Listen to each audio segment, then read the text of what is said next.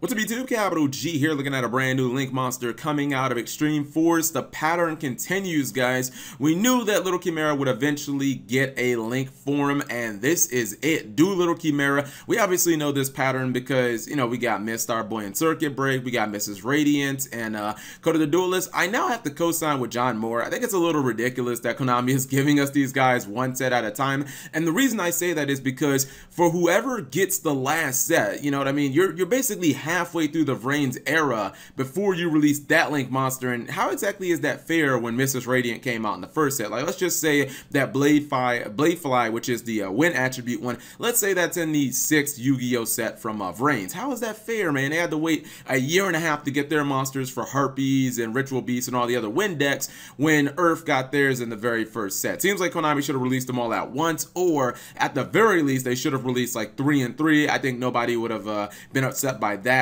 By Circuit Break, you know, now we have all the cards, and I don't know, seems kind of poor planning, especially considering all these monsters have the same exact effect. It's not like it's a surprise at this point what this guy even does. So somehow Little Chimera in his storyline became rich. I don't understand why. Konami needs to, or I'll say this, I don't understand how, not why, but Konami needs to fill in the blanks. Everybody wants to be rich, or at least most people. But yeah, Little Chimera, last time we saw him, he was just this little, you know, cat looking thing with a purple tail, and now, you know, he's living the life, man. He's become fat and lazy, and he's just like chilling. And you know how cats are, guys. Cats can become very apathetic, and they can kind of be lazy sometimes. But anyway, it requires 2 fire monsters, 1400 attack. The link cursors, or the link points, are bottom left and bottom right, which is the same as, you know, Miss Starboy and the same as Mrs. Radiant.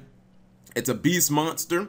All fire monsters on the field gain 500 attack and defense. All water monsters on the field lose 400 attack and defense. If this card is destroyed by battle or card effect, you can target 1 fire monster in your graveyard, and you get to add it to your hand. It's a hard once per turn. So I think there are a couple of decks where you can use this in. I think there's one deck where it probably won't be that good, and that's Fire Kings. I just think that Fire Kings, they kind of want to be destroyed. They don't want to link summon. But I do think there are some really good applications. For starters, Metaphors. If you normal summon a Rescue Bunny, you can instantly go into this, and then you could, ideally, if you have scales, you could just pendulum out your 2 Metaphors that you just used to summon this on the field. So that's pretty good, because then you can fusion summon, and that would be kind of dope. I also think that possibly Infernoids, there's this really cool version of Infernoids mixing in some Fire Kings, just Fire King Ganesha, not like a bunch of Fire Kings. Yeah, there's a really cool version of Infernoids with Fire Kings that is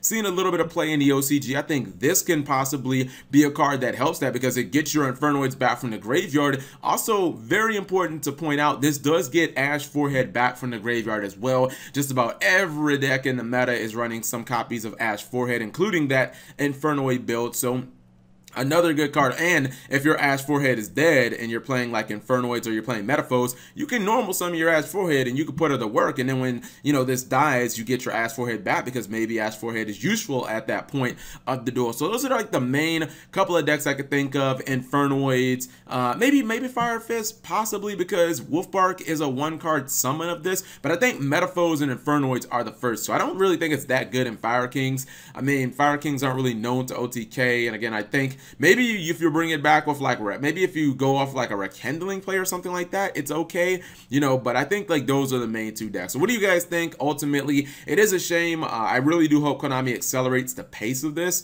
because I kind of want to see, you know, I don't want to see the last monster, you know, people have to wait a year and a half to play it. That's going to be a very long ass time. But whatever you guys think, leave it in the comment section below. Thank you guys for watching. As always, subscribe if you have not already, and turn on those notifications for daily videos.